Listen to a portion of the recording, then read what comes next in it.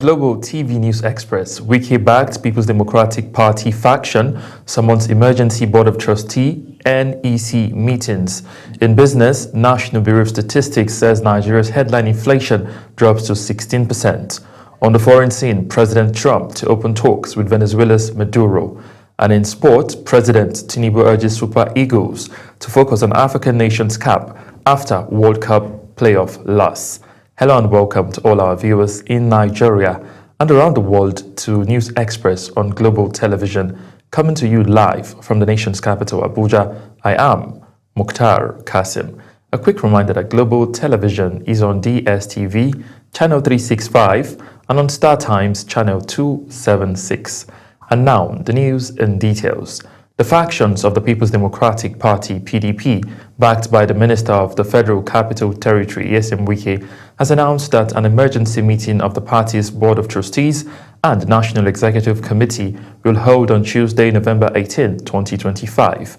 A notice issued by the factional National Secretary, Samuel Anyanwu, and shared by the media aide to the FCT Minister, Lere Olayinka, on his X handle, says both meetings are scheduled to hold at the PDP's National Secretariat in Abuja. The federal government has signed a memorandum of partnership with the United Nations Development Programme to mobilize resources for strengthening democracy across the West Africa region. Minister of Foreign Affairs, Ambassador Yusuf Tuga, says the MOU aims to address emergency challenges to democratic institutions while supporting countries to building resilient systems that serve citizens more effectively. Ubong Usoro was there for Global Television.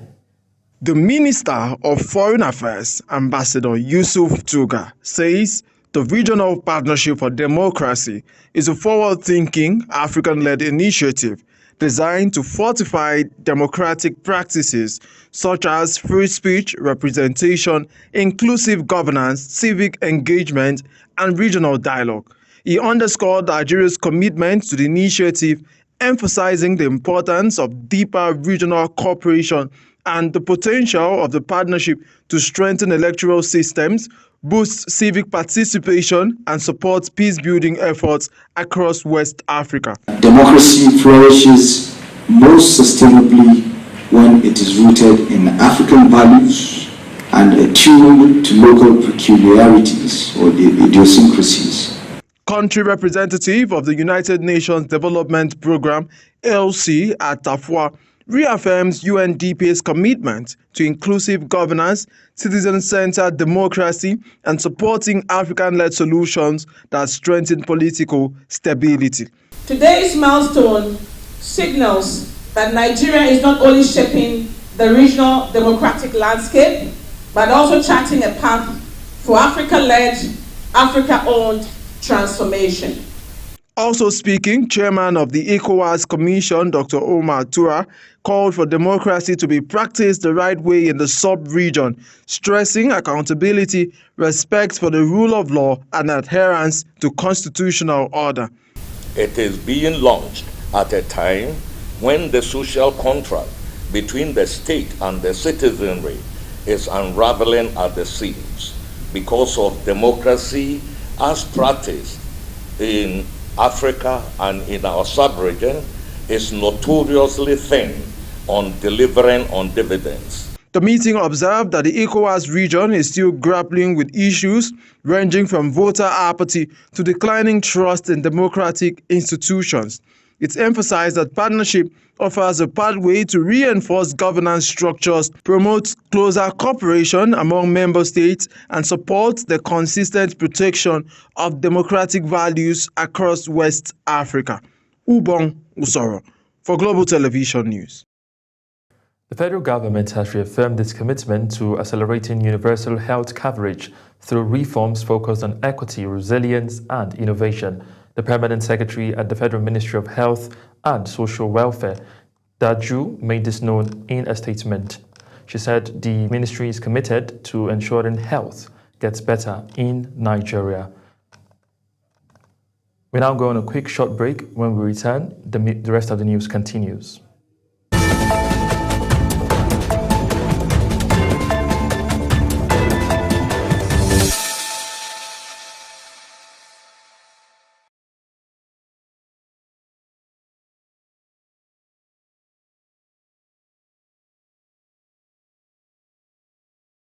Now the news continues. The federal government has opened the application portal for the newly launched 5 million Naira Student Venture Capital Fund, a flagship initiative designed to turn student-driven ideas into commercial viable, high-impact ventures.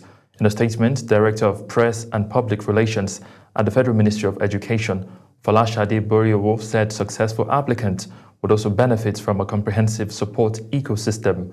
Boriowo said the program includes expert mentorship from seasoned entrepreneurs and industry leaders, as well as full access to tools, platforms, and resources required to develop and scale up their startups. The Federal High Court says it will commence its Christmas vacation on December 19. The Federal High Court's Director of Information, Dr. Catherine Christopher, in a statement in Abuja, said court sittings would resume in all judicial divisions on January 7, 2026. The Director of Information also stated that this is in accordance with a circular duly signed by the Chief Judge, Justice John Toho. Federal civil servants have called on the federal government to urgently clear the outstanding 3 months of the 35,000 Naira wage award, citing the rising cost of living and the critical role the arrears play in alleviating financial pressure. The wage award, negotiated with labor unions in 2023, was intended as a temporary cushion to ease workers' burden during the government's ongoing economic reforms, as at the time, labor unions had threatened nationwide strikes if their demands for improved comprehensive welfare and compensation and the cost of living adjustment were not met. The National Youth Service Corps NYSC has released the deployment details for its 2025 Batch C prospective corps members. The scheme announced this via its official X handle, confirming that call-up letters are now available, adding that some prospective corps members posted to Lagos and the Federal Capital Territory have been assigned to undergo their orientation in neighboring states.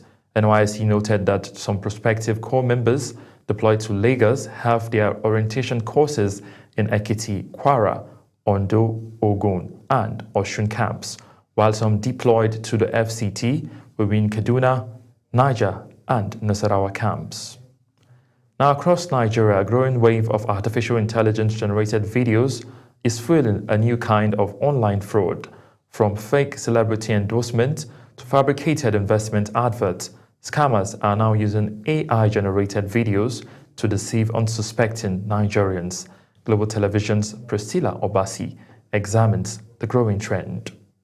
From Nollywood actors to musicians and even religious figures, videos featuring well-known faces are circulating online, but many of them were never recorded by the real people. These videos, created using AI tools and deepfake technology, mimic voices, facial expressions, and speaking patterns to make the content appear authentic. The goal is to trick Nigerians into clicking, investing, or paying into fraudulent schemes. Many celebrities have taken to their Instagram and X to warn their followers, repeatedly debunking fake endorsements and investment adverts created in their names. Cybersecurity experts say the trend is rising, fueled by cheap AI apps that allow scammers to generate convincing clips within minutes. The videos often promote quick investment, fake cryptocurrency schemes, loan apps, or miracle health cures, all designed to exploit trust in familiar public figures. Regulators are also raising concern. According to digital analysts, AI-generated scams are harder to track because the content often disappears quickly, resurfacing under different accounts and pages across social media. Beyond financial losses, experts warn that deepfake technology poses a growing risk to reputation, politics, and national security. As Nigeria continues to embrace digital innovation, stakeholders say public awareness, verification culture, and a stronger cyber laws remains the best against AI-driven deception. Priscilla Obasi, Global Television News. Nigerian students studying abroad under the federal government's bilateral education agreement and their parents are set to stage a protest over the non-payment of scholarship stipends, which they say has pushed many scholars into distress. The demonstration, according to a notice issued by the Forum of Bilateral Education Agreement Scholars has been taken to take place at the Ministry of Finance headquarters in the Central Business District of Abuja starting today. Parents of the affected students who said they could no longer bear the financial and emotional strain of supporting their stranded children abroad confirmed they would join the protest. You're watching the live broadcast of News Express. When News Express returns, President Trump says United States may open talks with Venezuela's Maduro. Details coming shortly, plus business and sports stories on the other side of this break. Please stay with us.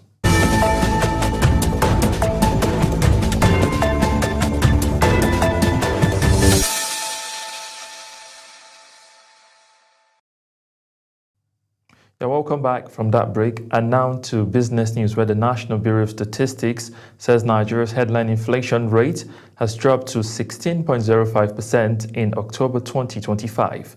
The NBS disclosed this in its Consumer Price Index and inflation report released on its official X handle. The report states that the inflation rate fell from 18.02% recorded in September. It added that on a month-on-month basis, headline inflation rose by 0.93% in October. The Dangote Petroleum Refinery says the recent downward adjustment in the pump price of premium motor spirit, PMS, by oil marketers was triggered solely by its own decision to reduce petrol price earlier this month, not by the temporary reversal of the 15% import tariff as widely speculated. In a statement, the refinery explained that its move to cut ex-depot prices directly influenced marketers' pricing decision across the country. The company noted that the recent reduction in PMS pump prices by oil marketers was a direct response to the price cut on November 6 and not caused by the temporary reversal of the 15% import tariff.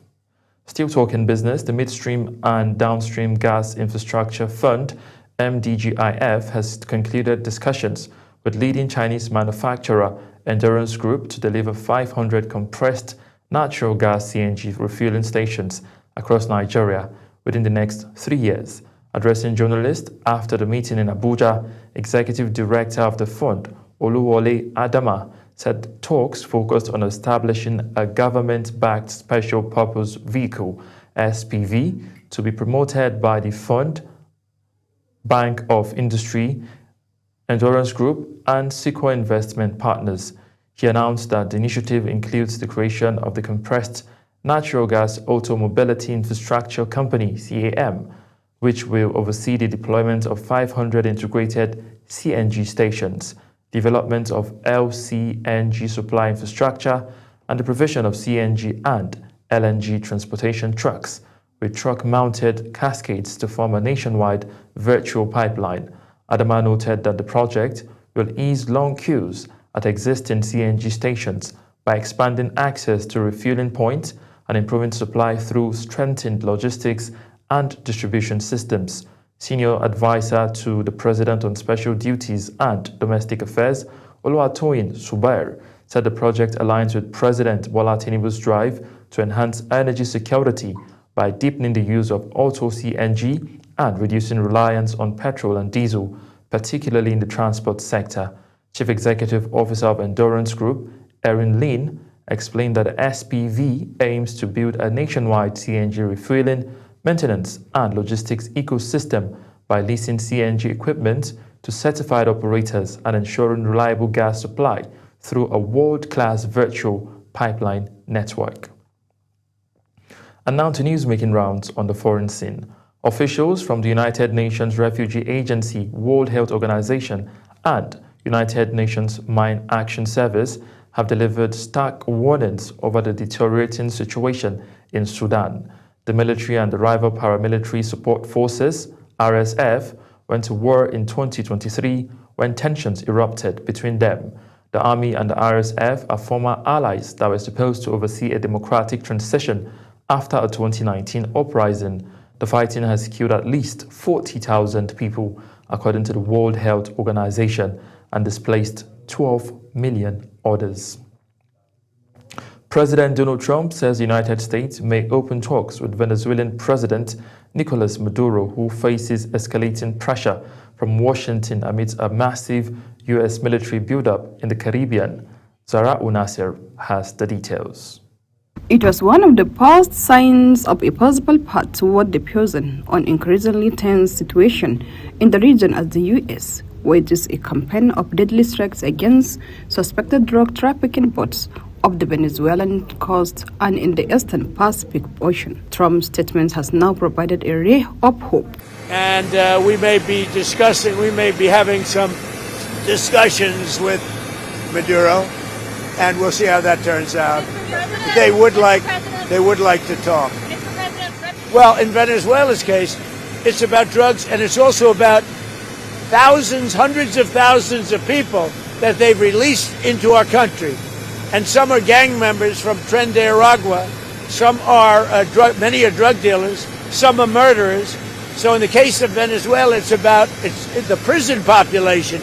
Their almost entire prison population was released into the United States. You know what that means? So they're using Jeffrey Epstein as a deflection from the tremendous success that we're having as a party. Marjorie Taylor Greene. I don't think her life is in danger. Frankly, I don't think anybody cares about her. Okay, what about you? Trump offered no further details about the possibility of talks with Maduro, whom the U.S. has accused of ties to the illegal drug trade, which Maduro denies. Zahra Nasser reporting for Global TV News. The United Kingdom has announced a new asylum policy that will cut key protections and end automatic benefits for refugees, a major shift aimed at reducing irregular migration. The plan has triggered mixed reaction across London, with many questioning whether it can be enforced fairly. Our correspondent has the details. Some residents of London say the policy reflects public sentiment, but warn it could be difficult to implement without undermining dignity or violating international standards. Others doubt that the United Kingdom has the capacity or resources to return rejected asylum seekers, especially with the rising costs nationwide. So I think it's a fair reflection of what British people want out of an execution. I don't know how they can correctly do it in a dignifying way, because you see what Trump's doing in the US is a clear violation of human international law. So it's a clear sentiment in the UK, and it's a step towards a viable solution. But I don't know if doing these measures without any without showing effective step-by-step validated by moral compass, and also in the fact of sending them back, I don't know how logistically it'll be possible. It costs the British taxpayer tons of money in this economy and in this day and age. I would hope they have a heart for everybody, but it seems that what you said, they perhaps don't have so much a heart for certain people as for others. The thing is, what I really would like to be dealt with is the people who exploit, the people who run these boats, and they exploit people for money and all the rest of it, and they live a life what I would consider totally inappropriate as to how they earn their living. They're the people I am against. And there are also concerns about fairness, with some Londoners urging the government to focus more on shutting down human smuggling networks that exploit migrants rather than punishing asylum seekers themselves. As the debate grows, the government faces pressure to balance stronger border control with humane treatment and to prove that the new approach can work in practice, not